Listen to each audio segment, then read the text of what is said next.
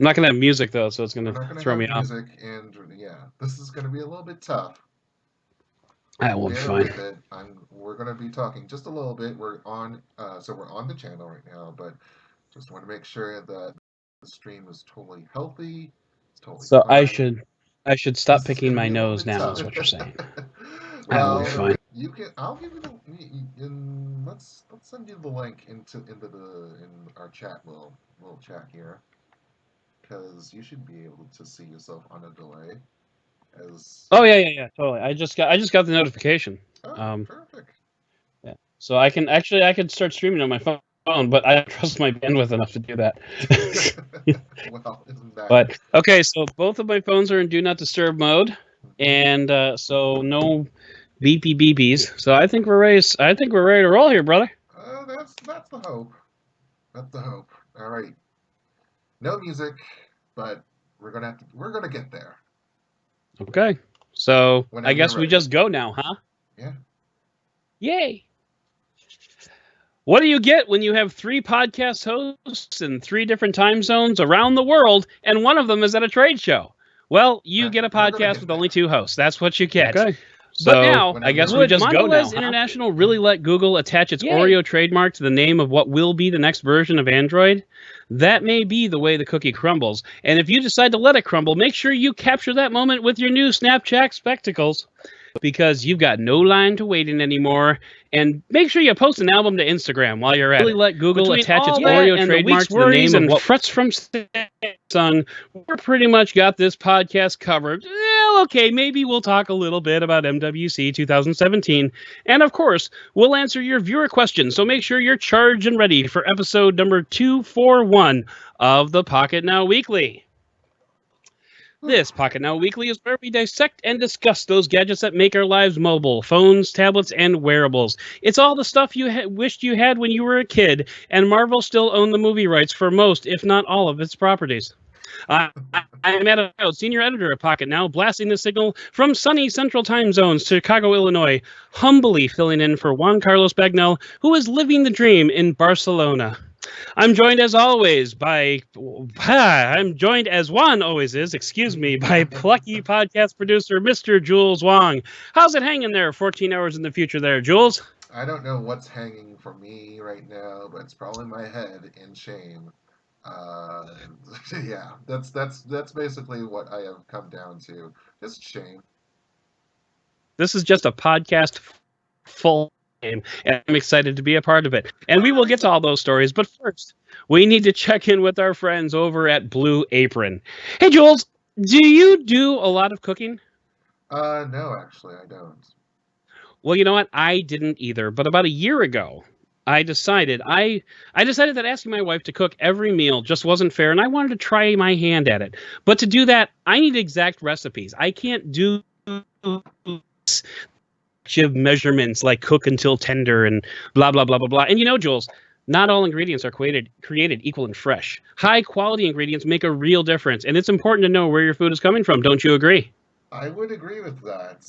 I'm just Well, a straight man that is like well, trying to be well, we need you to go get ahead. up and dance or something like that. But thankfully, while you're up and dancing, for less than $10 per meal, Blue Apron delivers easy to follow recipes, which is what I need, along with pre portioned ingredients, which is also what I need, courtesy of over 150 local farms, ranches, and fisheries across the United States, right to your door. And I haven't even told you the best part, Jules. You know that? I haven't even told you. Tell me the best part. Don't. The best part is one of my biggest frustrations is having a recipe and finding out we don't have any green onions. I mean, what do I have to do? I have to go to the store. I have to buy some green onions. But am I buying the exactly 1 cup of green onions? No, sir. It's not like I'm taking a measuring cup with me to Target. Okay, so Blue Apron ships the exact amount of ingredient required for a recipe. There is no food waste here, my friend. And you know, some of the meals that were available in February: cashew chicken stir fry with tango mandarins and jasmine rice. Udon noodle soup with miso and soft boiled eggs. And the one that I was looking forward to the most: roasted Because you pork. have to try to pronounce it. Roasted pork with apple, as long as I don't have to pronounce it, of course. Roasted pork with apple, walnut, and farro salad with a crispy barramundi with quinoa and roasted carrot salad. Dude, it's quinoa. It makes my mouth water just even thinking about it. I don't care how it's pronounced, man. Look, I just want to put it in my mouth. Okay, I don't want to have it coming out of my mouth. I want to put it in my mouth. Okay, but all of our listeners can check out this week's menu and get your first 3 meals free with free shipping by going to blueapron.com/pocketnow. You will love how good it feels and tastes to create incredible home-cooked meals with Blue Apron. So don't wait. That's blueapron.com/pocketnow. Blue Apron is a better way to cook, my friend. Well, So I'm get glad to there. be your friend, and hopefully when I come back to America, I'll be able to have some fun with Blue Apron because Quan has been getting all the promo codes with I know all the food, and I'm just like, I'm jealous. And you haven't been getting that. your share too. Yeah, I know, but you know what? Blue Apron is like tailor made for me because it's like I'm at the place in my cooking life where I can't look at a cabinet full of stuff and conceptualize a meal based on that. I need to have the paper recipe in front of me, and if we have everything, great, and if not, I have to go buy it, and that really sucks. So like something like Blue Apron, where they're just hand delivering all the stuff to me in exactly the amounts I need, is just it's a gift from God. It is. And I'm getting a little bit too religious here. So, Jules, why don't you tell us, or actually, don't tell us. I know how to do it, but tell our audience how to go ahead and get a hold of us during the show, after the show, whenever. So things have changed a little bit on this front because we're experimenting with YouTube Live, which is what you're seeing right now. It's not Hangouts on Air. It's a little bit different, and we have actually started using the YouTube live chat. So if you go on to pocketnow.com and look for under the podcast tag or the podcast page, the latest episode, and if you catch this live, which is going out at was it 11:35. So that Yeah. means we're competing with Stephen Colbert and Jimmy Kimmel and all the other people. But anyways, we thank you for joining us. Tune in YouTube live, and you can insert your thoughts into the live chat. You can also do that at Pocket Now's Twitter handle, as well as hashtag PN Weekly. Plenty of ways to get into us live. But if you want to email us, if you want to writing with a longer, detailed format question, then you can head over to podcast@pocketnow.com, type in your question, excuse me, and we'll answer that every week. We have a few of them lined up. It's been getting a little bit more active here, so we do care about what you think. So do go on and participate. And speaking of the PN Weekly hashtag, I'd like to throw out a little shout out to Gary the Fireman. Quinoa, huh? I would not have guessed that. Honestly, I look again. Quinoa. I don't need to pronounce it. I just need to eat it. That's the important part. So quinoa, huh? All right, I got that. All right, noted for the future. If you're not learning, you're getting left behind. And then there's farro, and then there's all the other rices that are out there, and then just other great things that you might not be able to pronounce, but you're able to eat. I would like to state for the record that I pronounced farro correctly. so I'm totally off the hook for that one. But yeah, I can't do none of that fancy food talking. So Jules, why don't we go ahead and just dive right into the rundown here? As you may have heard, there's a little bit of a thing going on, starting up pretty soon in a few days. It's called MWC, and it's over in beautiful Barcelona. And I got the rolling R in there, so Jaime, that's what that one's for you. The lisp. And the Catalonian lisp as well. Yeah, I'm not even going to try that. I can't even pronounce quinoa, for God's sakes. So now, as our listeners may be aware, we have Juan Carlos Bagnell and Anton Dinoj and Jaime Rivera over in Barcelona, and they're having a grand old time without us. I'd like to point out that we are not there, and that's the reason why we're here, holding together this podcast with duct tape and baling wire. And so there's some stuff going on over there. There's some phones and some general good stuff. And right off the top of the we have this ultimate cheat sheet. And I think it wouldn't be a bad idea to just kind of run down real quick what we're expecting to see in the show.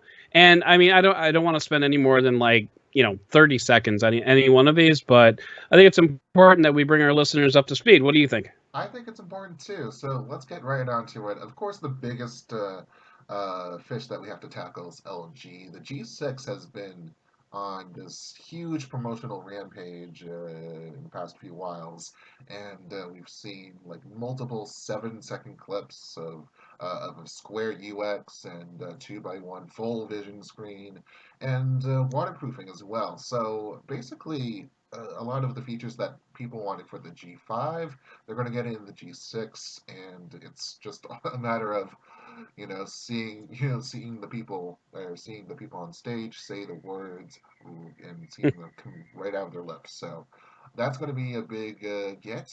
And we're also going to talk about quad DACs at some point. We're also going to talk about how this plays into Samsung's plans for the Galaxy S8 later on in the show. Samsung, speaking of them, they've got a little show going on for the day before the actual show. Most of these events from the OEMs are the Sunday before the show, which is March 20. Excuse me, not March 27th, February 27th, and they have everyone thinks they're special. They're little snowflakes, as the popular political term. Is going Oh, around right snap. You now. went there. Yeah, I Awesome. went there. Galaxy Tab S3 is going to come around at some point. It's Google endorsed, and there's also at least one new Windows running Tab. I think it's going to be a Tab Pro-ish kind of thing. So All right. lots of convertible action going on recently at CES, and this is just a continuation of Samsung's part in it.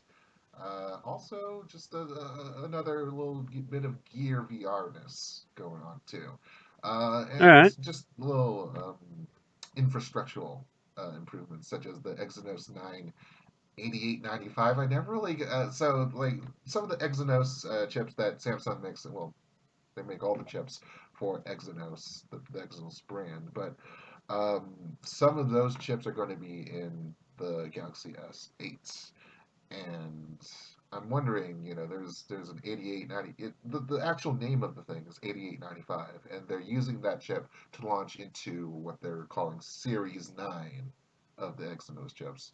Um, Right. I'm not really getting where the 8 and the 9. It's sort of like, how you try to, you like you come up to your professor and you ask how much do I need to get the next grade up and the exams are coming soon and whatnot, and you need 5 points.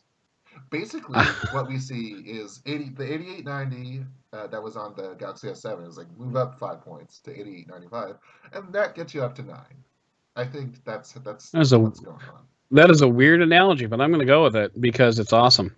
Great. So I kind of like this because Samsung is basically just kind of like pushing everything out of the way so that when they have their S8 event, it's like they have nothing else to talk about. It's like we're going to get all this stuff done now, so that when the main event comes around, it's just going to be about this phone and nothing else. And I kind of like how all these OEMs are having these pressers right before a trade show when they know everybody's going to be flying there, they know everybody's going to be staying there, and they don't have to pay for it. So it's great. It's very economical. So I really appreciate that. What do So you think? We haven't heard your take on the whole G6 versus S8. Is this David versus Goliath here, or are you thinking of different scales? well, I don't know. I mean, it's going to take more than a G6 to upend anything that Samsung has to put out. I'm sorry. That's just the reality of it. That being said, I like what I've seen from the G6 so far. I kind of like those the rounded corners on the screen. Even though I've seen a couple of folks commenting that the rounded corners on the screen aren't the same radius as the rounded corners on the phone. It's just like, yeah. I mean, I guess I'll need to see it in person in order to make a determination as to whether or not that matters. I don't think it does, but I've been using an app on most of my phones called Rounder, which all it does is add rounded screens to the corners of each of your screens, and it makes things look so much better. And that's probably because I'm coming from WebOS where everything was rounded. But anyway, So I like what I've seen of the G6 so far. I think the S8 is going to be pretty great, regardless of I mean, unless the thing's made out of feathers. I think we're in pretty good shape for having a great flagship come out. So I think LG and Samsung are not playing in the same ballpark, which is fine. But I think LG's. I hope. I sincerely hope LG is going to make some solid inroads this time around, because the HTC U series of phones is going to be some pretty stiff competition. And I mean, right now it's just a bunch of dogs, fighting for second best. So I think LG's got a real solid chance to, get itself a good number 2. Well, which is what we were talking about before this podcast. I mean, there you go. Hopefully, I can insert something before the show intro for to reference that. But in any case, definitely some brimming competition over the next few months, and hopefully we'll get to see that realized, because we haven't had many leaks on the HTC Snapdragon 835 device that's been being talked about for Verizon. Could be for other carriers as well. But if it were a Verizon exclusive, then I'd be exclusivity. It's just the nastiest word in this industry. Anyways, moving on to another manufacturer that's been getting a little bit of attention is Nokia, and they've been kicking off their revived smartphone imaging from the Nokia 6, made by HMD Global, which is their brand licensee at this point. And now we're hearing about new lower-end phones, as well as at least one high-end phone, and that would be the Nokia 3, the Nokia 5, and then there's this 3310, if you remember from the good old days, right? Yeah. The 3310 little candy bar thing, and there's a whole. Say my wife actually had a 3310 at one point. Really? I think so. It looks so familiar, but anyway, I'm sorry. As you were. Yeah. Well, I mean, there's going to be a whole bunch of these phones. Nokia has been adamant about, or rather, HMD Global has been adamant about pushing the brand in the first year of its existence. So, whereas other brands might be trimming back a little bit, it's not the case for Nokia at this point, at least. BlackBerry, a TCL brand now. BlackBerry sold off its hardware. Yeah, I'm from Boston. It's hardware. You're fine. There. The BlackBerry Mercury, which is this, we've been talking about it as the Mercury, and we found out that it was not called the Mercury at all. There was just some made up name that happened to be picked up. But we're going to see that. I mean, it's real, and the pictures of it are real, and eventually it's going to be available to the public to buy. So that's one of the more refreshing kind of things. Oh, it's on the tin can. We've seen the tin can for a long time, and now it's there. It's going to have an intractable physical keyboard, and from the looks of it, the back that we see here on the live feed is all right, but the front of it is the more interesting thing, because it has this little odd screen that doesn't have the proper aspect ratio, and it's but it's high PPI, so it's going to be interesting to see how they'll be working out. And there is a whole lot more from Alcatel as well, the sister brand to BlackBerry, because they're owned by TCL.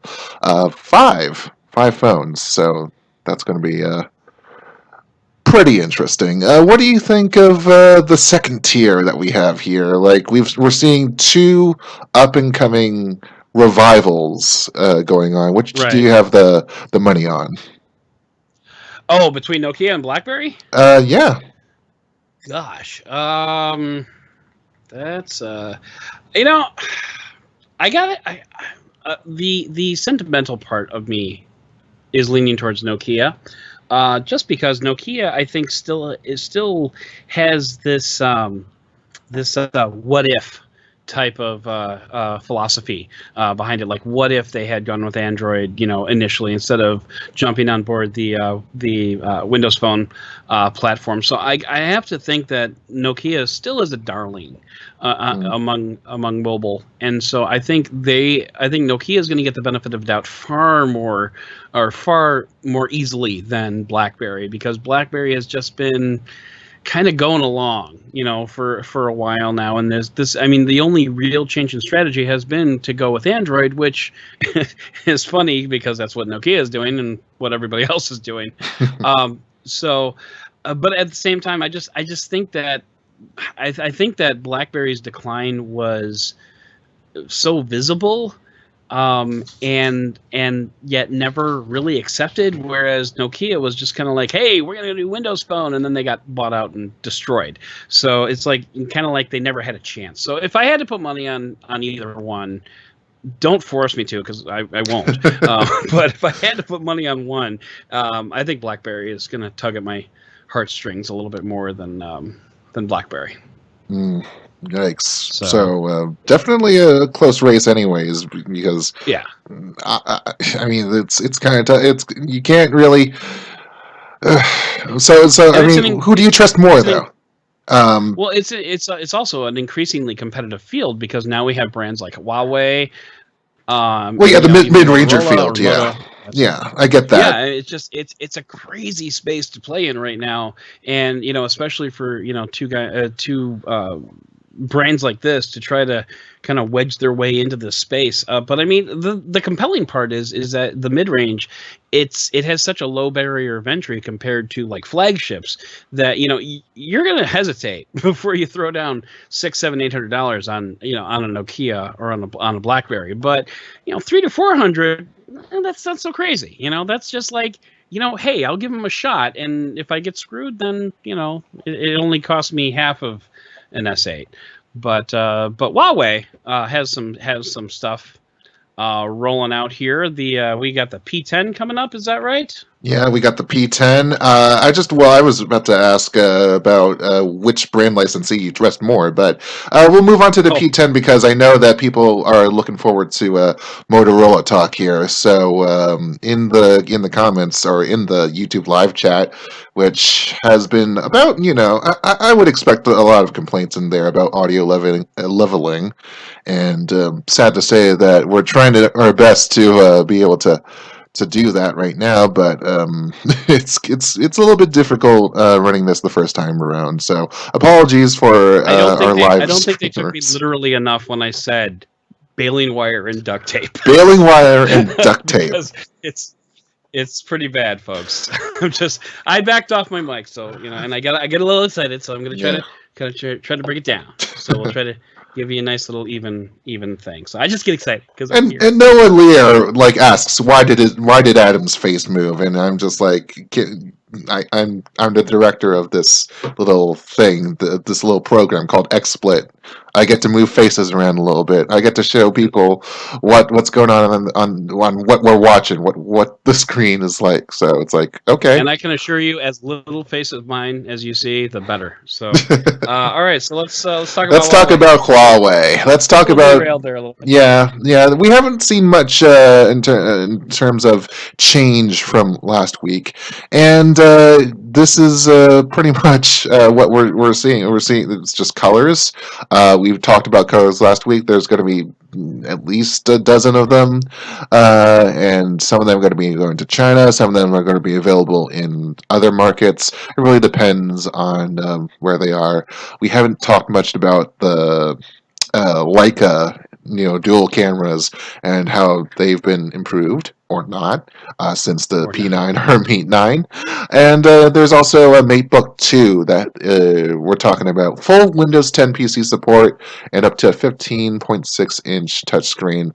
This sounds more like it sounds more like a laptop, like a conventional laptop, but still in a detachable format. So it's gonna be like a bigger Surface Book. Indeed, could be cool. Are you looking forward to Android Wear 2.0 at all? Um, I yeah, no, I am. I really am. I'm currently rocking the Moto 360 Sport. I'm not even sure if that's going to get Android Wear I 2.0, to be honest. I think it's one of them. There was a whole So list of them, but in any yeah. case, are you like we've been watching the Huawei Watch 2? Not much in terms of like substance, but there is promo like this guy who's jumping up on our poster. He's like stretching his legs out and looking at his wrist. Isn't that nice? Well, there isn't much substance, and there's not even like an assurance that we'll get Android Wear 2.0 because Huawei's been working with Samsung to work on a little Tizen fork or something on Tizen, and there's always been this concern that the big players in Android, being Huawei and Samsung, might not take Google's efforts to homogenize its manufacturers. Yeah. They're basically there's a bit of tension going on here. So do you actually think that Huawei might go somewhere else other than Android Wear 2.0 for their watch? Um, at this point, I think it's a little bit early to say that anybody but Samsung is going to try it. It's not a bad idea, though. I mean, there's some compelling options out there. Even beyond Tizen. We just did a review of the TicWatch 2, which is running actually like just Android, not Android Wear, which does some interesting things as far as that's concerned. So I mean, I think we're at a point right now where with smartwatches. There's you talked about this a little bit last week, which by the way I just finished listening to this morning, but you talked about this a little bit last week where smartwatch saturation is kind of at the point where anybody who wants a smartwatch pretty much has one. So if you're going to be driving the next generation of smartwatch wearers, now is the time to start experimenting. So if you don't want to go with Android 2.0, try Tizen, see what happens. I mean, what's the worst that could happen? I mean, And it's also like smartwatches aren't the type of thing where like an app gap is really going to affect you one way or another. I think it's a lot of smartwatches are basically notifications and some media controls. As long as you get those down, I think the app situation is probably not as big a concern as it is on, say, like a smartphone. Indeed. All right. So At least that's how I roll. I mean, that's how. I mean, I'm looking forward to seeing how much cellular plays a part in this. Because if people are able to just push a button and make bacon come out of things, especially when it's on their wrist and not they don't have to dig out their phones for that. That's just. I think that's what cellular will enable people to do without having to like bring a slab. It's just a If there one thing is now. a killer app in the smartwatch space, it is most certainly bacon. Bacon. So Indeed. it's what more do you need? Yeah. But, what's Motorola got cooking for us? I think we really need to get out this train. Not bacon, but definitely something in the Moto G series. We've been talking about the Moto G5, the Moto G5 Plus, some little tidbits from Verizon hinting that it might come to them as well. Verizon, again, that carrier that we like to talk about in terms of being the big and evil thing. And we just complimented it last week on the whole Verizon Unlimited thing. Like, oh, they were the first. Well, apparently.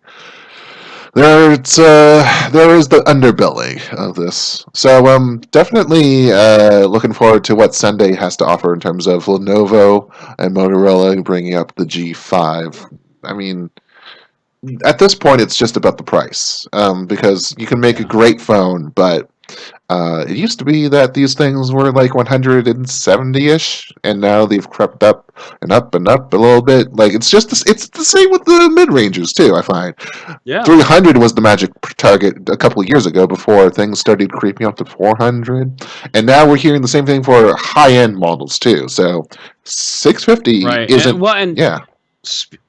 speaking of the mid-range space, more of the same. It's is it going to be like mid-range WC or something? I don't know. So that was really bad. Mid-range I'd like to World apologize to our Congress. Yeah, I there think you that would go. work. Yeah, definitely. Sony wise, we're expecting a couple of phones from them. Xperia's not really withstanding any like high end stuff. I mean, we talked about a code name Pikachu phone last week, but we're not likely going to see much in terms of just talking about actual Pokemon Go phone. So yeah, not much terribly to look forward to on the Sony end, which is sad as as we would like to talk about Sony a little bit more, but they haven't given us a reason to, and their hardware has been, you know, iterating and improving, but not fast enough to be like, wow, boom, this is something that we can actually notice and be excited to talk about. So that's kind of weird. Right.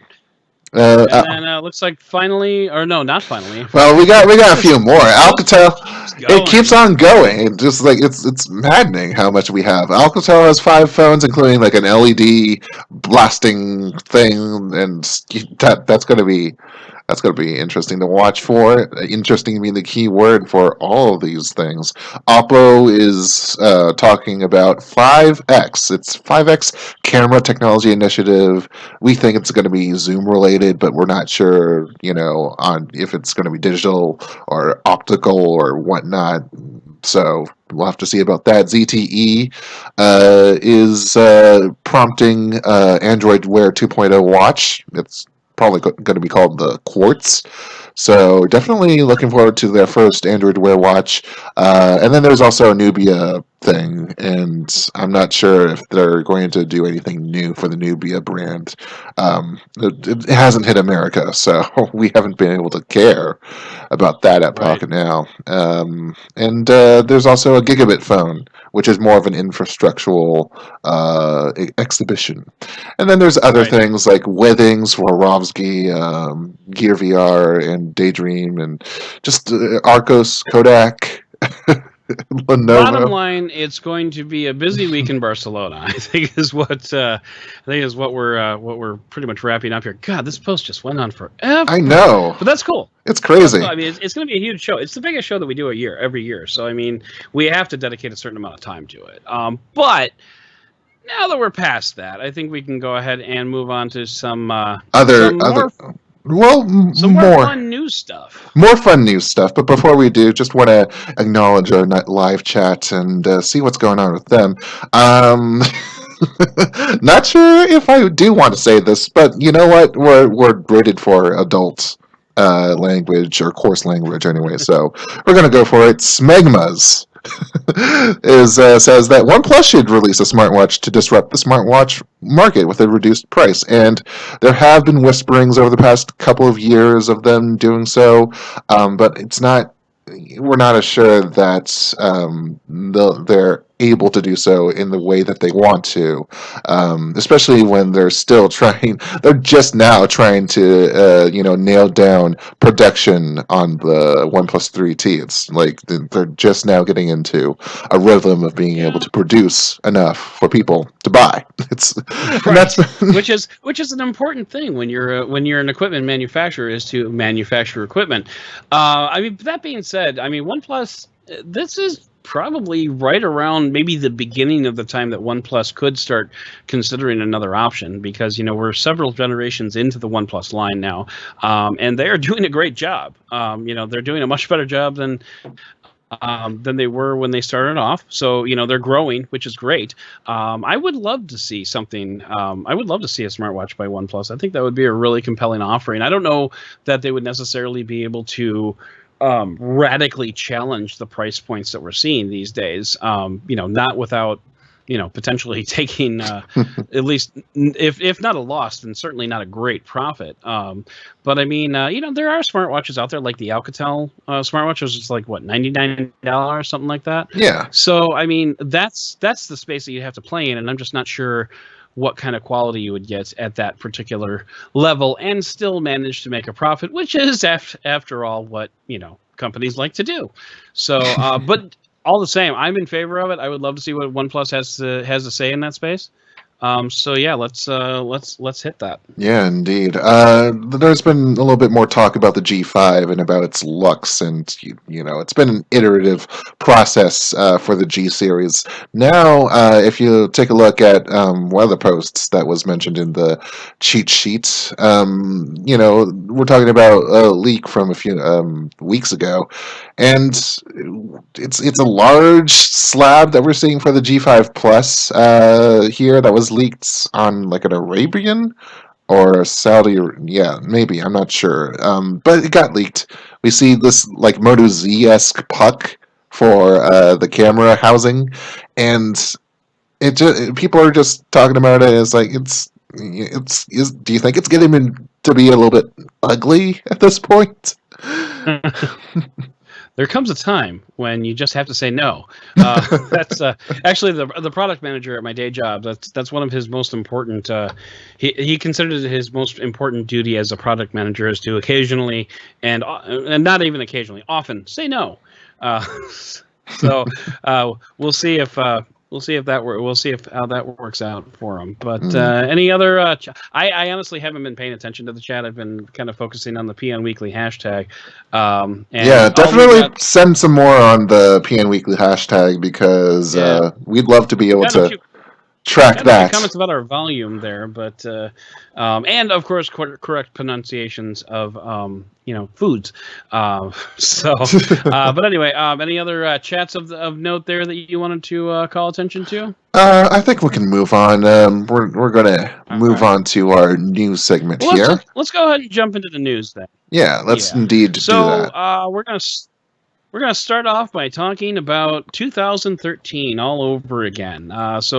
SoftBank wants a Sprint and T-Mobile to get together and make a little love, right? So we're gonna have the Verizon guy who's now pitching for Sprint. Maybe he'll put on a magenta T-shirt. Is that what we're looking at there, Jules? Maybe there was the motorcycle girl that was on T-Mobile. I forget. Steven Shink's gonna hate me for this, but I forget her name. So I want to Carly something. Carly something. Carly something. Yeah. So Carly and Paul getting together. Maybe I don't know. Yeah. Who knows?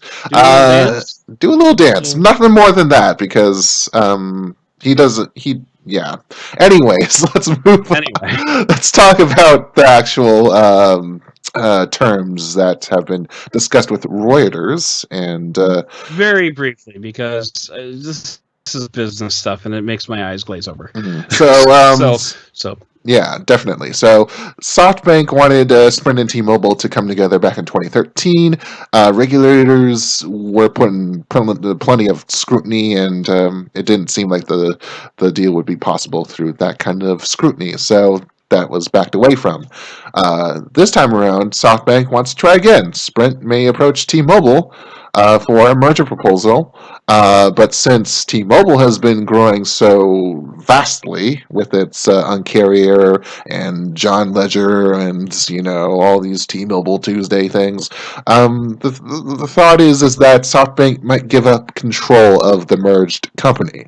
So it might have a minority stake, but it'll be Deutsche Telekom all the way in terms of leading the way. And you know what? For a winning formula, you can't get better than T-Mobile in the wireless industry right now because millions. It's been millions of subscribers in the past couple of years, and it's only been a few years. Agree.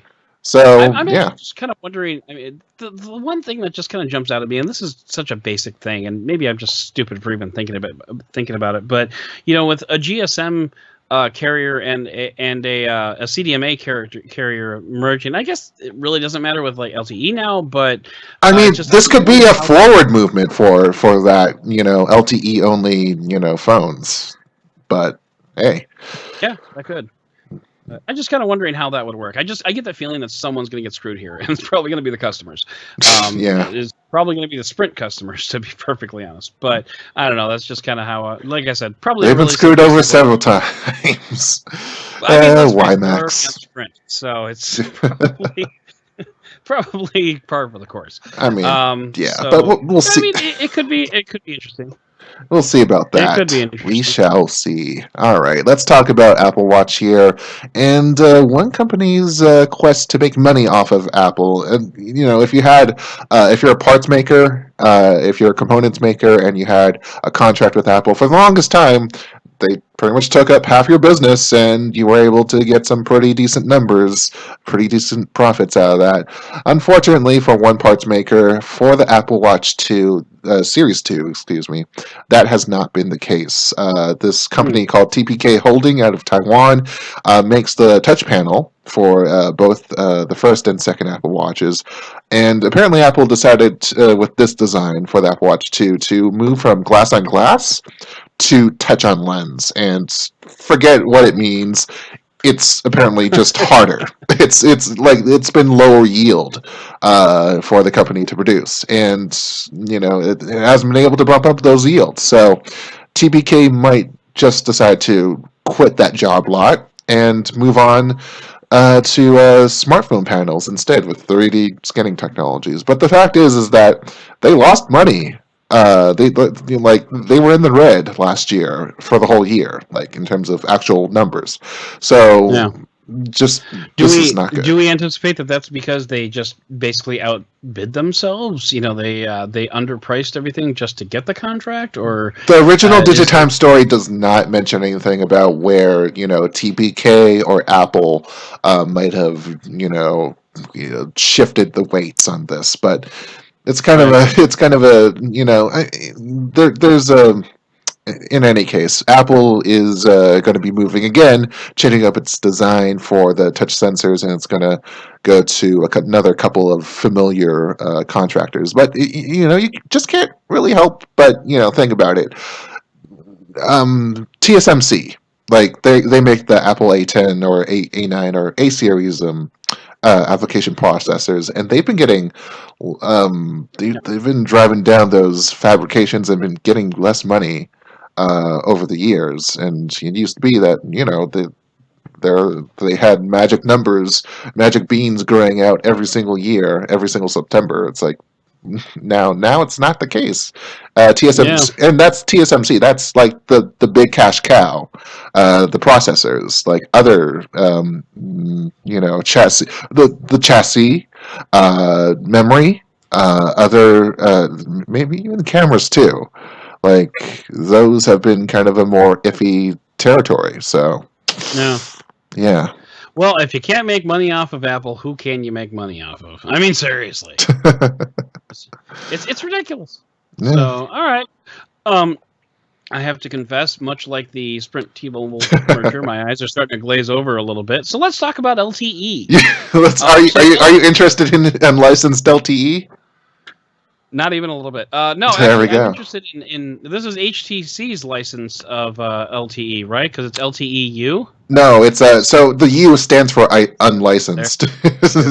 That's you were clever. You were Ultra. That's about as clever as they get when it's this late at night. LTE anyway. Ultra, LTE Play. I don't know. Anyways, I mean it's. Basically, the FCC allowed or certified a couple of base stations from Ericsson and Nokia to use LTE-U, which is I'll get to that in a second. But Verizon and T-Mobile are both getting into this new unlicensed spectrum, and that will be taking place in the next couple of months or so, the rollout at least. If you have a Snapdragon X16 LTE modem, which should be on the Snapdragon 820 and others, you'll have hardware level support. I don't think the chip has been activated in most phones yet, so you're probably going to have to either wait till you get a new phone or you get a software update. Now, LTE-U, basically, it's in the 5 gigahertz spectrum, and that's where you have. But wait, Jules, isn't that Wi-Fi? That's where you have Wi-Fi. That's one of the bands of Wi-Fi, but LTE-U is meant to take advantage of the spots that aren't being used at the moment by that band of Wi-Fi. and the hope is that LTE, it's complementary, or it's able to reciprocate demand swings. So if Wi-Fi is being used, LTE backs off. If LTE is being used, then Wi-Fi backs off. The worry for me and for other people too is that that's just not going to happen that way. So, and you can imagine how it's going to go. So, Adam, what do you have any thoughts on just congestion or not congestion? Like, what are your hopes? I hope that we're done talking about this. Moving on. Good. Right. Good. No. I mean, it's wonderful that we're taking advantage. I mean, I think at this point there's just so much signal flying around. We need to take advantage of every little nook and cranny that we can. I mean, that's why we keep having these, these Spectrum auctions. Yeah. And so it's just like, I guess anything that you can do to take advantage of, any unused space, let's do it. But at the same time, I'm less than hopeful that a carrier is going to push out a software update that activates this, just because I'm a cynical bastard. So yeah.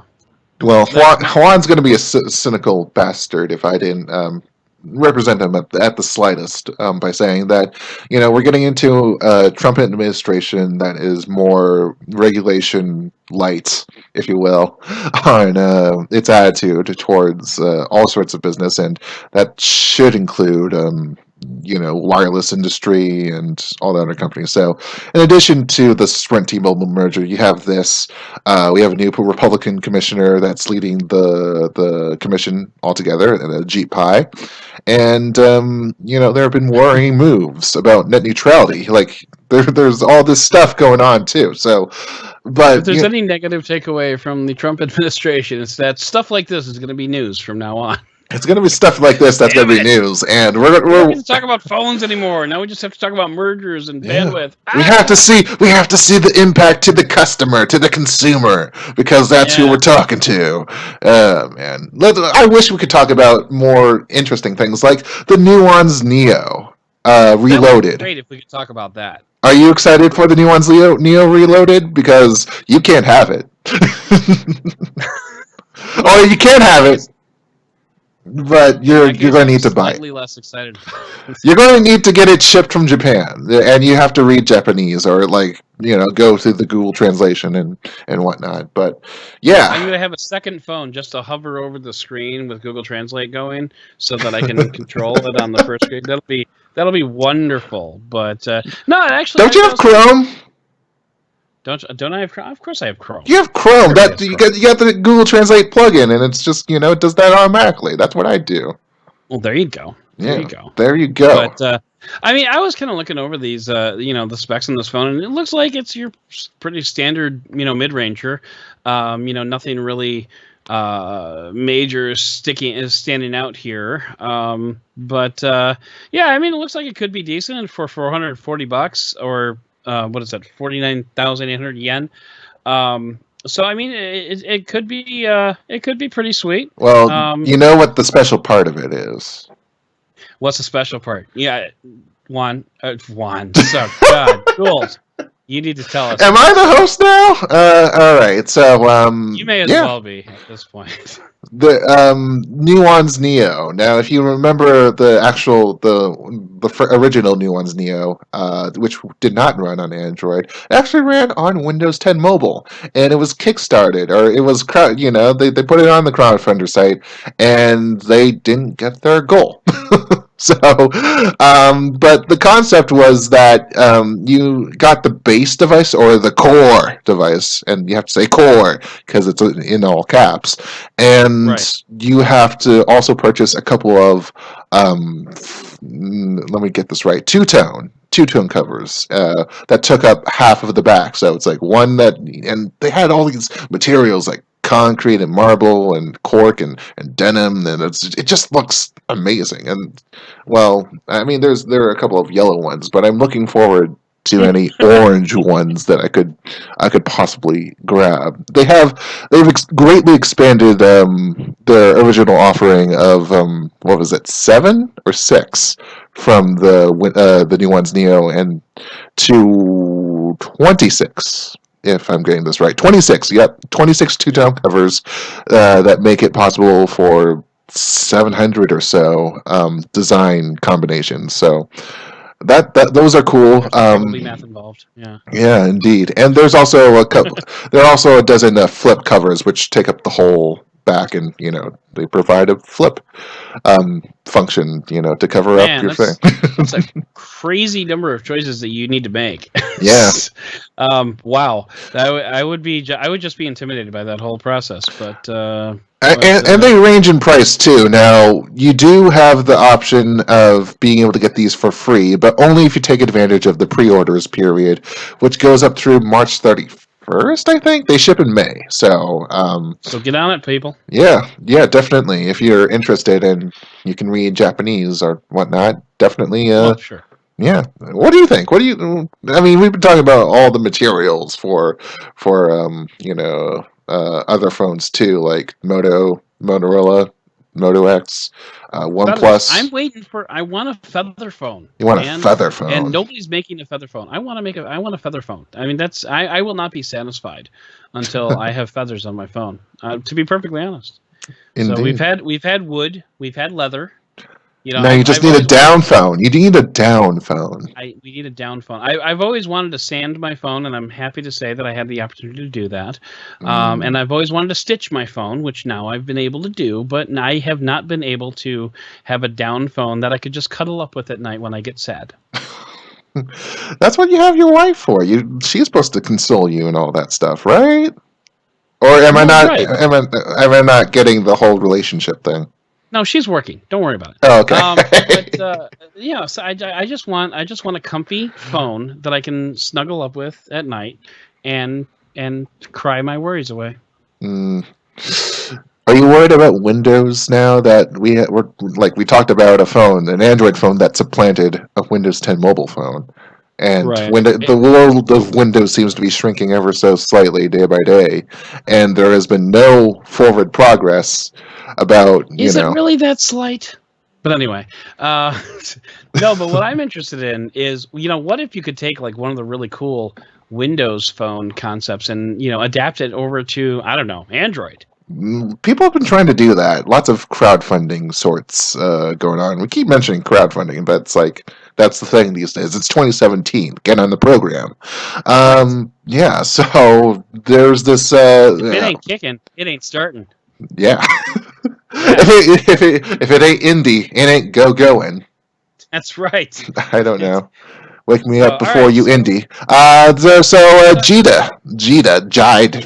Jide. That's how they pronounce it. Jide. Has Jide or Jida? It could be Kiwan or Kiwa. So you never know. Quinoa. Kaduba. Anyways, Jide, who is the company behind Remix OS, which was the desktop kind of emulation or UI, which allowed for Android apps to be windowed. It's basically kind of a Chrome OS, if earlier edition of Chrome OS with Google Play apps. And they have decided that, we're going to go the extra step. We're going to go into Continuum likeness with its Remix Singularity. And basically... And it's actually cool because there's... I was just going to say, there's devices that have been trying to do similar things. You were talking and I could not hear you. Yay, bandwidth.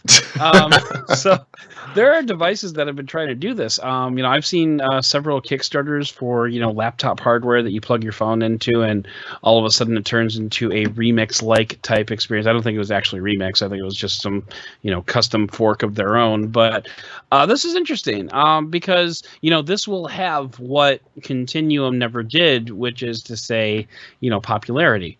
So now, did it say? I didn't notice in the article, and maybe it's listed here somewhere. But did they say how they were going to go about getting this out there? Is it going to be like an app that you download in the store? So or it's going to be it's a multi-cog thing, so it's going to be out sometime in the summer, apparently. And docks and dongles are going to be the way that that phones will be connected now. In order for the phones to be, phones run the experience. You connect them to dumb screens, like desktops and laptops and all that, and you connect the docks together or the phone together with peripherals like a mouse and keyboard. So it's going to be phones that are making the difference here, and they do have OEM partners in China working on this. They worked with OEM partners in China for their little Remix Mini and the actual Remix boxes basically.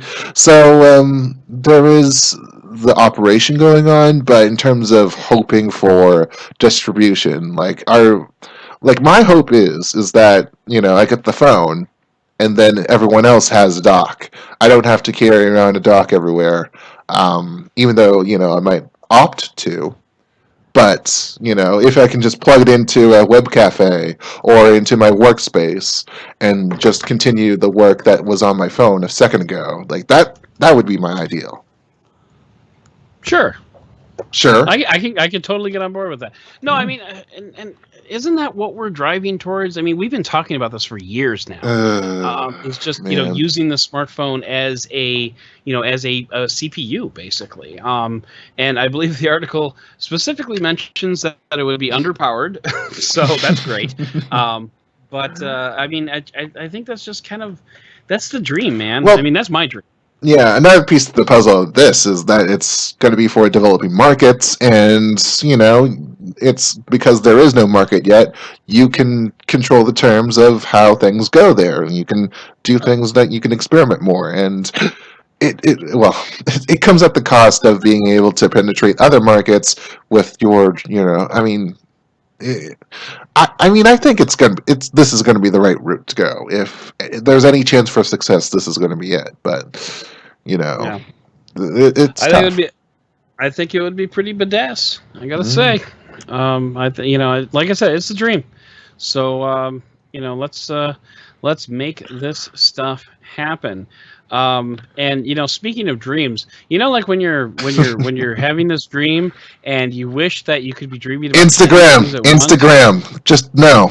Yeah. Don't. You tried, but that was not going to work in any way possible. Yeah, it could have. No, it wouldn't have. But that's fine. You saved me, and I appreciate that. So, what's Instagram doing these days? What's new and exciting about the photo sharing app? I call them albums, but they just keep talking about multiple photos and videos in one post on Instagram. That's their word for it. And just call it albums, people. Just albums.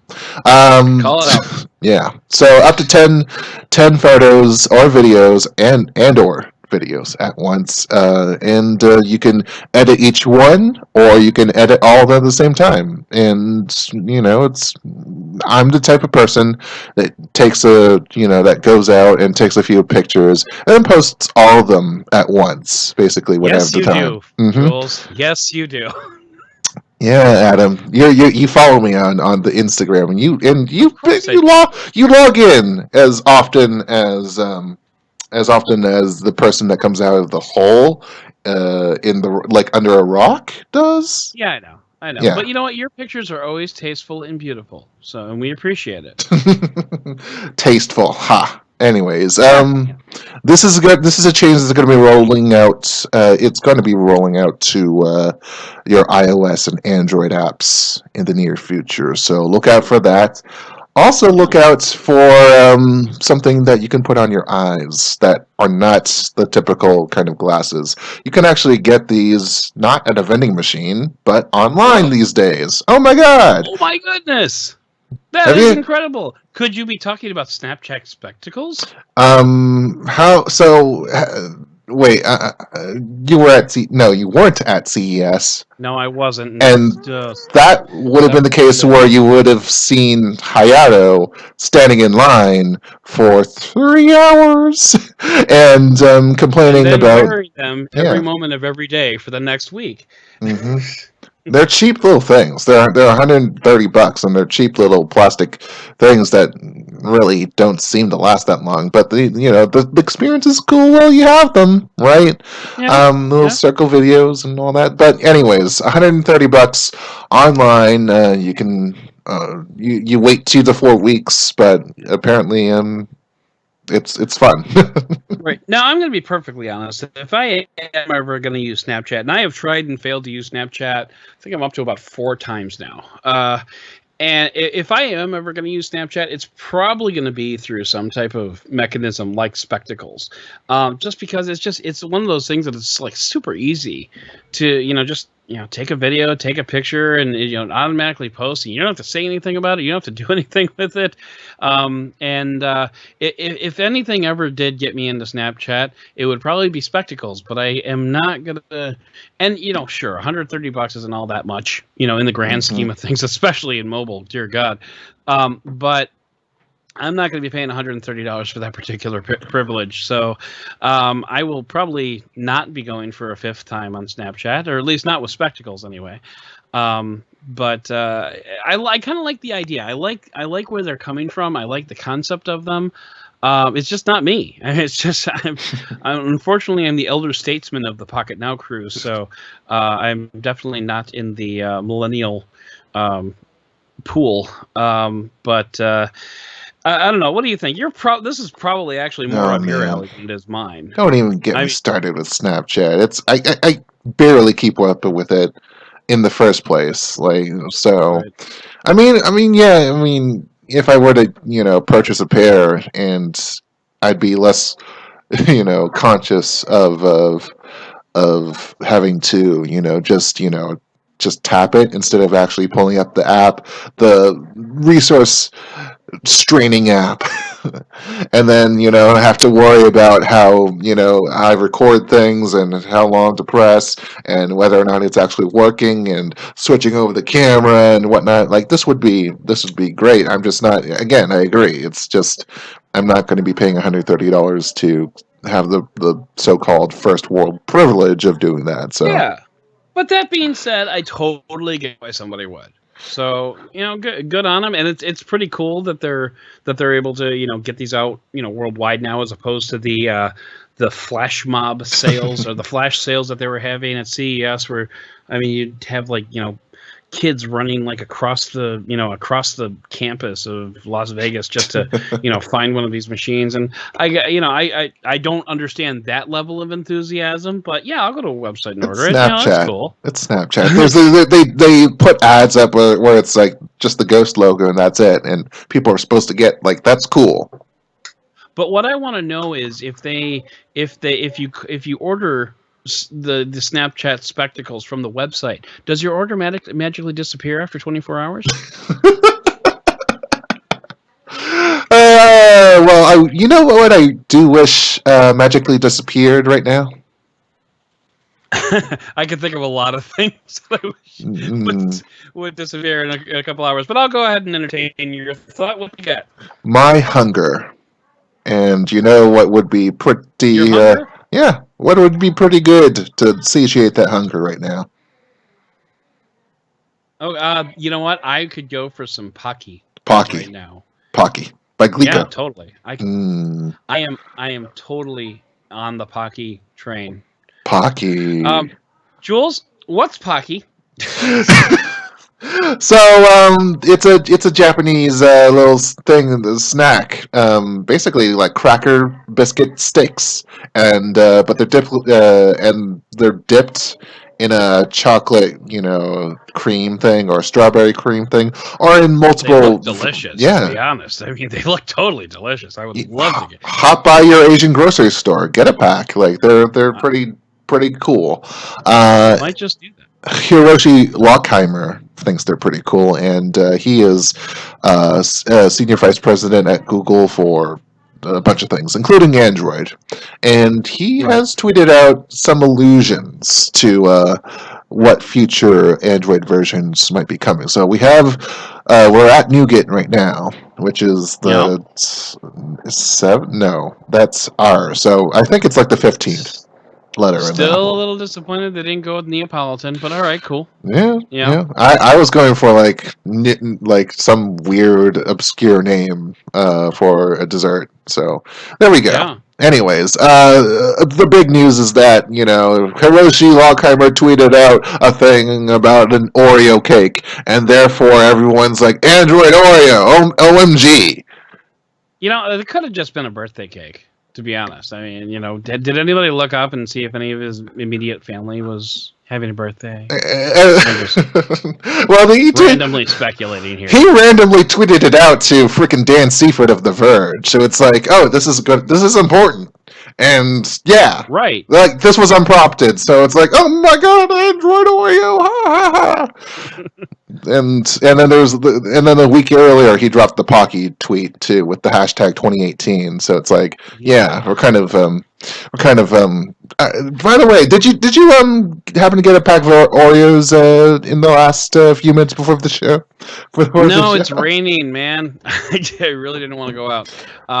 No, we are fresh out of Oreos. As you may or may not be aware, I have 2 children ages 10 and 6. So a bag of cookies in our house has a half-life of about 16 minutes. You go upstairs right now. You go up to their rooms and you start punching them in the stomach and get them to regurgitate that Oreo cookie because I freaking need to see this happen. If I go into their rooms, chances are I will find an Oreo like underneath their bed, and it will be really gross. And I don't want to subject our listeners to that. So, but yeah, we're just gonna have to go without the new global sensation sweeping the nation of the Oreo game. Of the Oreo game that's happening right now, and we'll get to that. We'll talk about that in listener mail.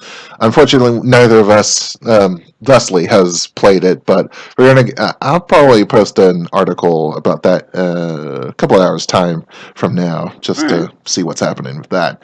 But you heard it here first, folks. Yes. In any case, we are moving on to our second last segment, which is talking about Samsung's lovely little rumors this week, because they're not going to be at. I mean, they're going to be at MWC teasing the Samsung Galaxy S8 and telling us about the event. And then it leads into like a few more breadcrumbs along the way of the golden brick road, and it's going to be awesome. Yellow brick road, but yeah. Yellow brick road. It doesn't matter at this point, does it? No, quinoa. Quinoa. So it's my understanding that the Galaxy S8 might be a little pricey. A little bit hefty on the wallet this year, is that right? Yeah. So we're talking about $1,000 iPhones, and we're also talking about a little bit more price heft in terms of the Galaxy S8. Specifically, we've got word from Romania that it was going to be the case, and we're also getting word from China that it is going to be the case, going up about $100 or so a quarter, actually, in terms of percentage, to the equivalent of $866 in China. So, yeah, that's madness, and that's base model. That's base model too. So, yeah, that doesn't even come with air conditioning. Mm-hmm. So, I mean, that was not a. Yeah. Go ahead. I was going to say that was not a Samsung Fire joke, by the way. That was just base models, cars, and stuff like that. So yeah, it's going to be all right. So the Samsung GS8 is going to be expensive, to put it mildly. I mean, it was already expensive, but now it's going to be expensive. And I don't know. Was this going to be? Is this? Do you think a makeup for the Note 7, where they're able to cash in on all these features, but because of that recall, that didn't really happen for them? I don't know about that. I think it's just. I just wonder if they're just trying to pack. I don't know, too much. Maybe they're just trying. You know what? If there's a company that can get away with it, though, it's Samsung. And we used to say that about Apple all the time. If there's a company that can get away with, a super high price, it's probably Apple, and it's probably also Samsung now too, because it's just that that popular a brand.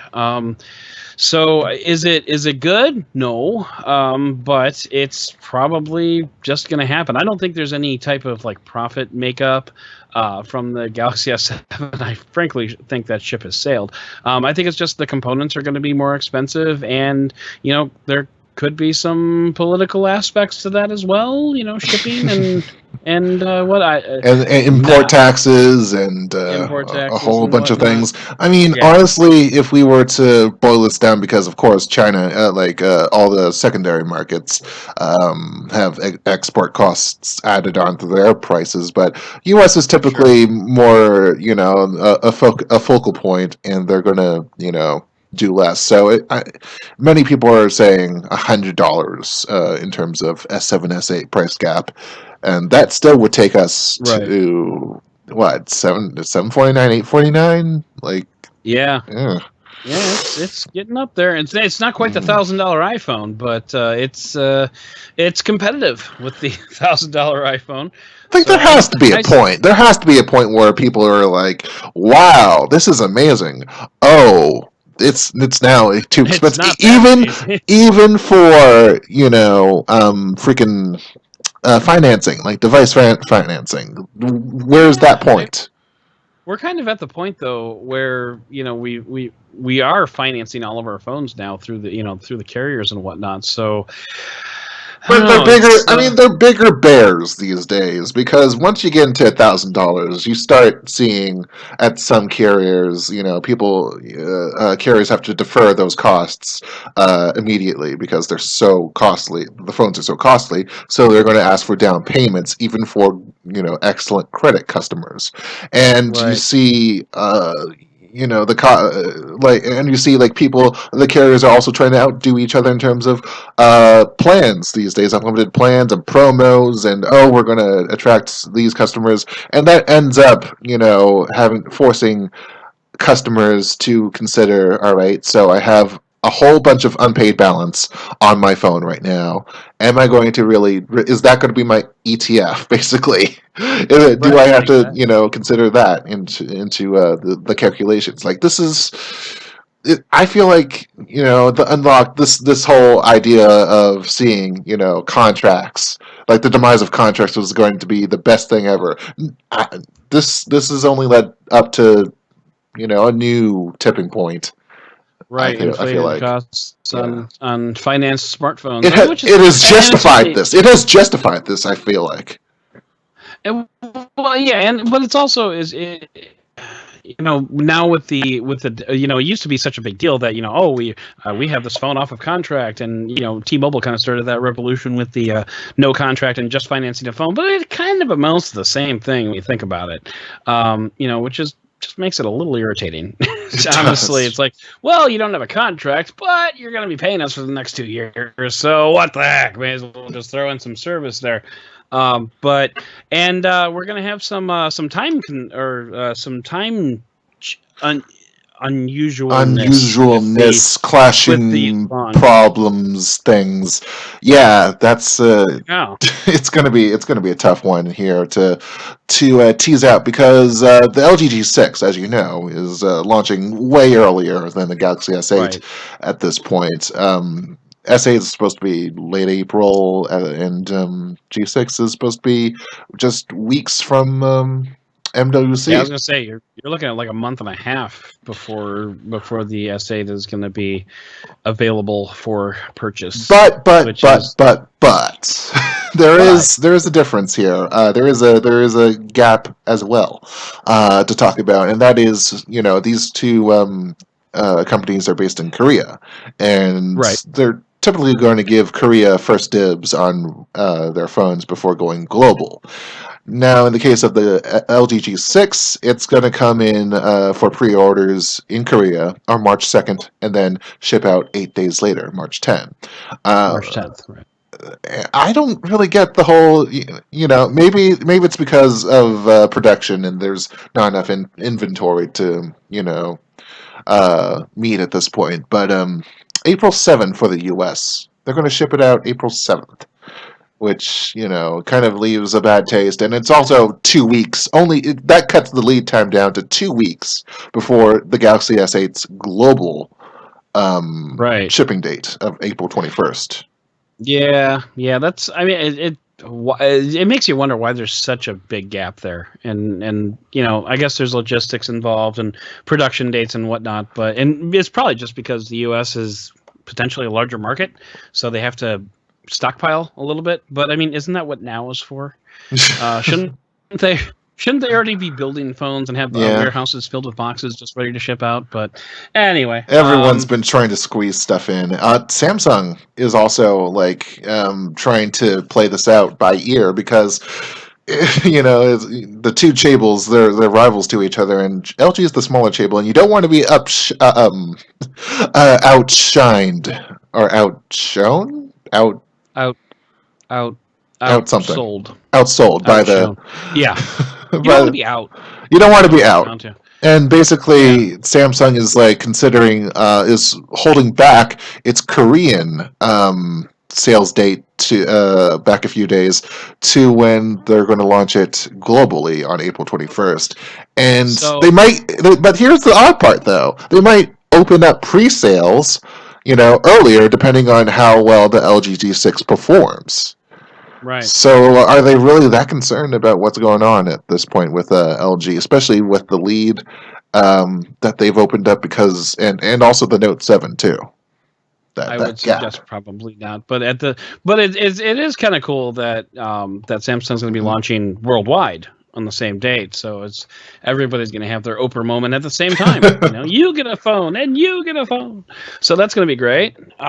So good on you, Samsung. In that vein, let's see what else do we have coming up from Samsung here. We're trying to make up a little bit for causing some fires. Yeah, and, Note 7 definitely has tarnished some. Very good, but not by much. Mm-hmm.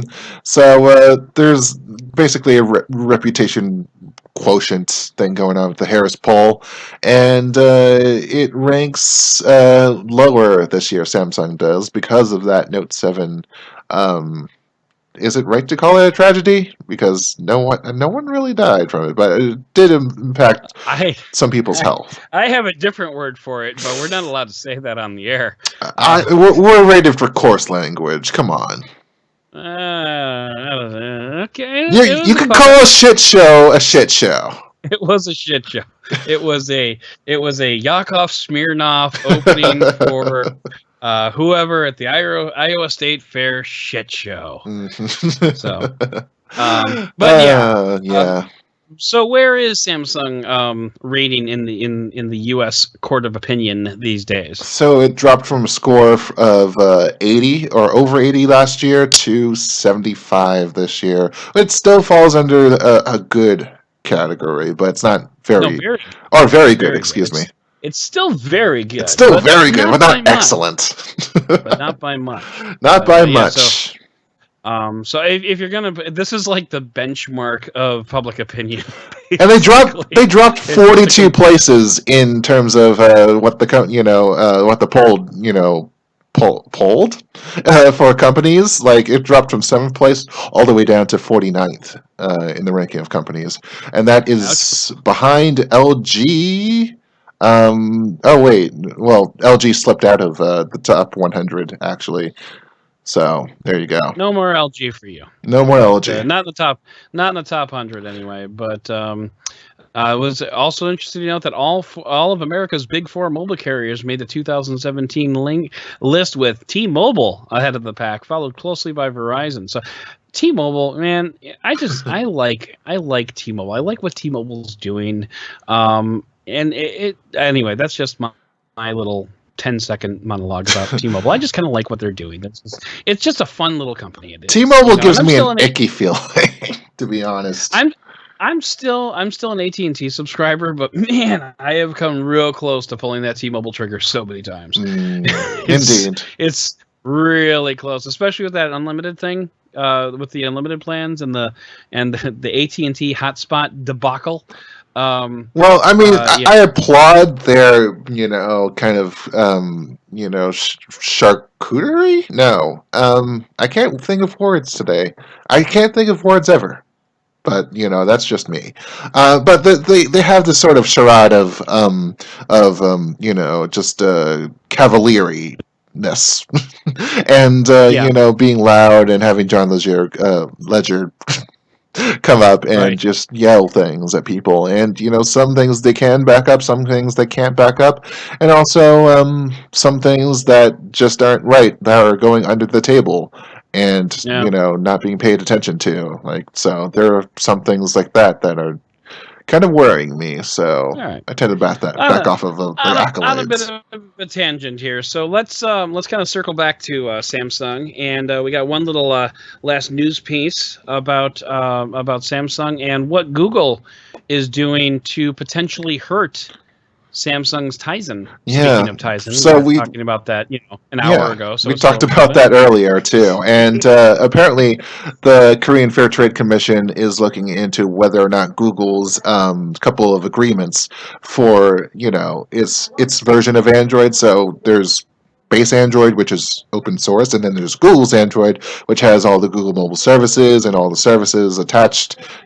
baked in. That those two are different things. Right. And in order to participate in Google's Android, you have to agree to having Google's search engine run as default. So you can't have competitors, possibly being the default option for search engines. And you also have what is the second one? And you can't use Google algorithms in order to create your own software. That's where we come into Tizen. Now, we don't have specifics as to what algorithms are in question and what the KFTC is looking at here, but it does come in, we bring into question this talk because Samsung has been kind of edging out of Android for a little while, and one of its executives actually went on record and said, "Oh, we're going all in on Tizen. Like, this is like Android. Google is being a little bit too strict for us, so it's like we can walk out at any moment." Like, that was like that opened Pandora's box. So we're trying to figure out, what does this mean and what does that mean, and if Google is actually throwing its weight around like Qualcomm is supposedly doing with its monopoly on mobile, like so desperate. Right. This kind of feels like, and maybe I'm just getting the wrong vibe off of this, but this kind of feels like the whole Windows Internet Explorer thing of breaking up the monopoly, but in this case it's not actually the search, it's the algorithms that are kind of causing the problem this time around. Is that right? Is that how did I read that correctly? So yeah, I mean it's about it's the algorithms that the KFTC is looking into. But these couple of agreements, one is called the Mobile Application Distribution Agreement, which concerns all the Google Mobile Services apps packages, and then there's also the Anti-Fragmentation Agreement, which concerns the algorithms.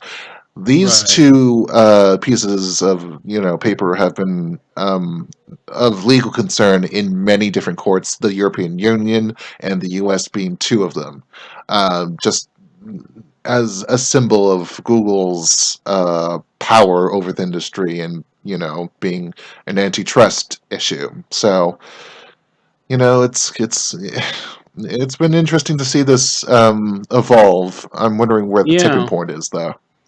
As much leverage as Samsung has, I just don't know that I can get away with completely abandoning Google and going with Tizen. I don't see it. I think it would be such a epic blunder on Samsung's part to try to, get away from the operating system that has made it, arguably one of the more powerful smartphone manufacturers in the world. I don't think we're there yet, and maybe I'm wrong. I mean, maybe there's. It comes back to the apps. It really does. It's the same thing that sunk BlackBerry. It's the same thing that sunk Windows Phone. It's the same thing that sunk Palm. It's the same. It's the same story over and over again. And I just don't think that Tizen has the catalog to stand up to Android. And I think it would just be, if Samsung did go that route, it would be an opportunity of epic proportions for HTC or LG or somebody else to stand up and just take over. I mean, that particular. Maybe those Sure. algorithms have to do with the fact that Tizen can't be developed to the level that Google's operating system has. I mean, there could be something that's preventing app developers from making apps for the system. We saw Facebook. Right. That was Facebook was pretty much the only big name that we have gotten so far, at least at last check from months ago. So if there's no Twitter, if there's no Instagram, if there's none of these basics, you're wondering. Well, where, let's just put it this way: if Samsung ever does go full all in on Tizen, man, I'm gonna make up so much popcorn, and I'm just gonna have fun watching that show. It's gonna be so entertaining, and it'll be. Maybe I'm wrong, but it would be so much fun to watch. So, all right. Yeah. Well, I think this is probably a good way to shift our focus into some listener mail. What do you think? Bum. I think There is a that's the bong thing. bong going off right now. And I think and that's actually good, since we're talking about Samsung. We can actually go ahead and shift right on over into our first listener mail. Do you mind if I take the Go ahead, please. take the reins on this one? So we have an email from Mark. Where is it? Mark Hilton, that says, "Hi guys, Mark from the UK here. The one Mark from UK. The one is Mark. emailing us. So that's wonderful. I just saw a tweet from Evan Blast saying that Samsung is looking at refurbishing Note 7s and adding smaller batteries before trying to sell them. Would you buy one? Can they legally do that in the US? The Note 7 never launched in the UK, so maybe it's different here. I certainly wouldn't buy one. But I don't like Samsung phones anyway. I am rocking a OnePlus 3T, and it's the best Android experience I've had to date. Love listening to the podcast on my commute to work. So do I. I love listening to this podcast on my commute to work. So, Mark, as far as whether or not they can legally do that in the U.S., I don't know. I'm not a lawyer, and I don't play one on TV, so I can't really speak to that point. Would I buy one? No. Absolutely not. I just don't. I'm not 100% convinced that battery manufacturer or battery fitting, basically the battery structure, was 100% the culprit of those fires. I think maybe it had a lot to do with it, and I don't know that Samsung knows for a fact that was 100% the culprit. So. Because I don't think that's a knowable thing. I mean, you can investigate all you want, and you can investigate all the phones that you want, but I think that there just seems like there's something else going on there, and it's a gut feeling on my part, and I could be wrong. I know Samsung came out and said this is exactly what happened. It just didn't feel right to me, and I can't put it into words right now because, frankly, it's almost midnight, and this was, many weeks ago when I had all these gut feelings. But if Samsung were to repurpose the Note 7 and put it out with a smaller battery, saying everything's cool now, I would not get in line, and I would not encourage anyone to get in line. So Samsung actually squashed this rumor, but only for one territory, and that's India. And the part of the reason for that is, I think, because India does not want to be known as a tech dumping grounds, and that was coming from when Apple wanted to insert its first-party retail presence into the country, and it had to meet Yeah. all these requirements, and one of them, and it also proposed selling used refurbished iPhones as a way, to get into the market because, of course, they're 120,000 rupee phones, $1,000 phones, basically, are coming into a Right. country with GDP that's like in the hundreds of dollars. So it's kind of and Fair enough. it's fair enough, but India is But pretty tech savvy, and they don't want to let's piss put off on our people. let's put on our hypothetical hats and let's say that this just happened, that the Note 7 came out with a, I don't know, 3,300 milliamp hour battery. I'm just tossing out a number. Would you pony up some dough for that? It was and I think this needs to be reiterated here. It was by most tech people unanimously voted as like one of the best phones of 2016. Yeah, indeed. So we're talking about a great phone here, and with just one minor flaw that it might kill your family. So if we could remove that flaw, it sounds like a pretty good deal to me. So I mean, would you go ahead and pony up some dough for the best phone of 2016 with that one minor flaw taken away? I think it's too tainted. I don't even think that even like a 200, 300 milliamp hour decrease is enough for it to be safe in the Right. I terms. just threw out a number. I mean, yeah, but Yeah.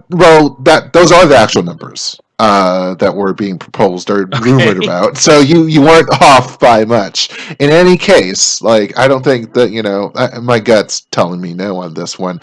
If they if they went even further than that, then that's to the point of being not being able to compete, not being Right. able to back up all the features that they have with enough battery power anyways. So Sure thing. I think it's no dice for me. And Okay. if we're talking about doing this in the US, honestly, I don't see it happening, especially with the CPSC getting involved and having anything to do with the Galaxy Note 7's name plastered on anything. So it's like, Right. yeah, good luck trying to get that I done. think there's just I think there's just way too much. I mean, look, putting aside all the legality and I think there's just too much Note 7 damage there to even try something like this. Like, no, seriously, we got it right this time. Third time, Note 7, third time's a charm. That'll be their commercial. Yeah, I just don't see it.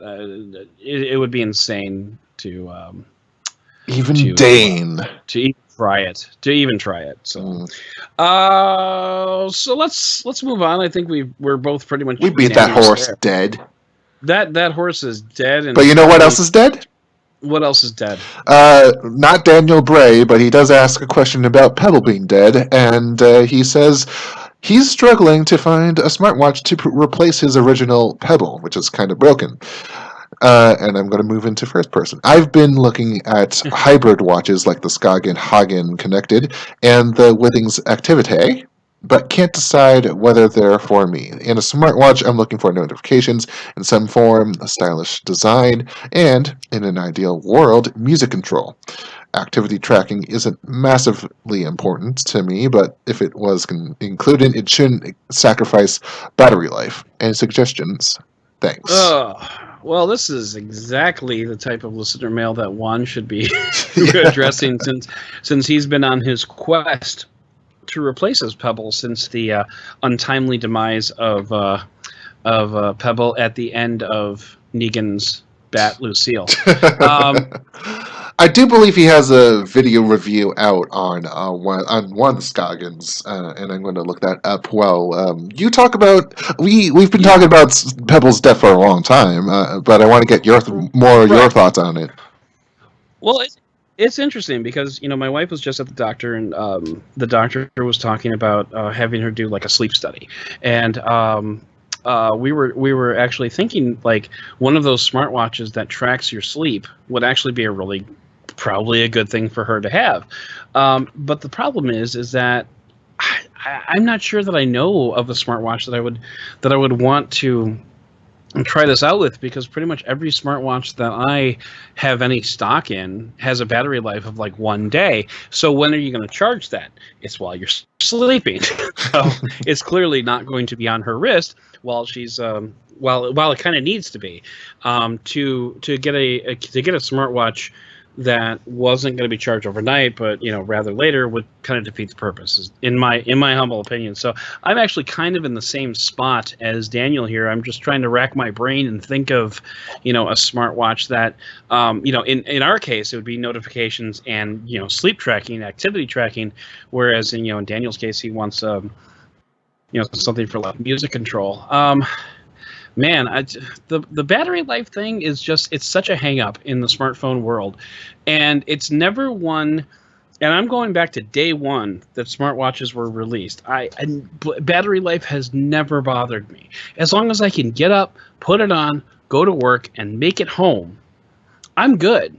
I don't need to have 6 or 7 days. And everyone's like, oh, the Vector smartwatch lasts 32 days, and it's just like, that just means in 32 days I got to remember to plug this thing in. If I've got the Moto 60 now, and it's just part of my routine when I'm going up to bed. Put the phone on the charger, put the phone on the charger, put the watch on the charger, and go to bed, because I sleep like most other people. So the battery life thing has never been a bother for me. But that being said, I can understand it is important for some people.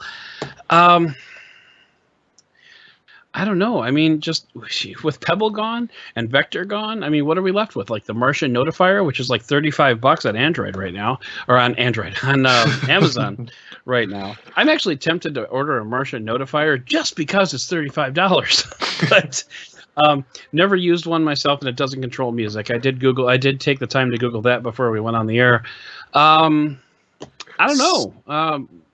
Jules, do you have any thoughts in this category, this area? So the split that Daniel is talking about here is the Skagenhagen and the Withings Activity, and we don't have coverage, I think, of the Activity, but we do have coverage of the Steel HR, and by the looks of it, both of them are analog-ish watches. Right. Skagen being more analog of the both, but Withings has a little display output with the fitness wares. It's also a pretty thick thing by the looks of it, and I can't exactly pinpoint whether or not music controls are a part of it. I don't think. Honestly, I don't think that's that is possible on either one. I'm not sure. There would have to be some form of touch controls in order for that to happen. Yeah. This is true. Properly. We have a tweet here from Ed Modlin, Tech Files on Twitter, with using the Peon Weekly hashtag Fossil. Could be a candidate for Mr. Bray and his smartwatch. I mean, he doesn't mention Ed doesn't mention a specific brand, but Fossil would definitely be a good manufacturer to take a look at, because they've been playing in the space for a couple of years now. Yeah. So there's I am unfortunately not informed as to Fossil's product line in the smartwatch market, but that would be a good place to start looking. Any other thoughts there, Mr. Jules? Because I'm about tapped out. Yeah, the one thing that I would suggest to you is a Chronos disc. It's been my go-to. It's a little disc that attaches onto the back of any regular watch, and you're able to. I do believe it does. It has basic heart rate functions, but that's not really important if that's what you're looking for. It has LED lights for notifications, and they may be a little bit hard to see. So in any given situation, in some situations. So I don't recommend it at all, actually, is what I'm trying. But it does offer. It does offer music controls, and it's because it's also tap.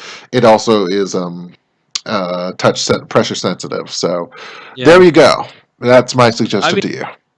Yeah, I mean, at this point, like with the smartwatch, the smartwatch space is pretty much one day or, a bunch of days, but not a lot of functionality. So, I mean, that's kind of the battery life is the major trade-off here. So, and Pebble was one of the only ones to really bridge that gap effectively. So good luck, Daniel. We're pulling for you. And I know Juan in particular would love to hear what you come up with there. So definitely hit us back up once you've made your purchase, and maybe shoot us an email review of the whatever watch you pick up. That would be pretty awesome. Indeed. Podcast at Pocketnow.com, by the way. So let's talk about Oreos. Yeah, for one more second, because unfortunately we weren't able to get Oreos to play this little game. My kids just have too many cookies, and Yeah. I will be first to admit that. But Saif Osman just wrote in to say, if this doesn't confirm that Android O is Oreo, I don't know what is. He links us to Oreo Space Dunk, which is a new game that is out right now. It was made in partnership with Google, or made with our friends at Google. And it's also that term actually is mentioned apparently on the box or on the device of the LG Watch Style and LG Watch Sport, which are the new kind of Nexus Android Wear watches. So I mean, it's kind of it's interesting to see, the illusions being made right there. Of course, we're going to have coverage of what's going on with that as soon as we can get some cookies up. And in the meantime, we do thank you for tuning in on an off week. How do you feel the shows went? How do I feel the show went? The grammar. Excuse me. I think it was wonderful. I think it was quite possibly. Arguably, I think this is the best thing that will happen this week in the world of mobile technology. I think this is the best thing in the past 2 hours or so that we've done. I'll take it. I will take it. But and since this is the best thing, wow, gosh, it is late, and because it is late, I think it's time to go ahead and put this baby to bed. You were trying so hard to segue. I think it's time to put me baby to bed. So, another episode of the Pocketnow Weekly has come and gone. This show right here is ending, but the conversation continues on Twitter, where you can find Jules as @PointJules, and I'm definitely anything but humble at Dead Technology. Pocketnow is found around the web on Twitter, Instagram, Facebook, Google+, YouTube, and our home site, Pocketnow.com.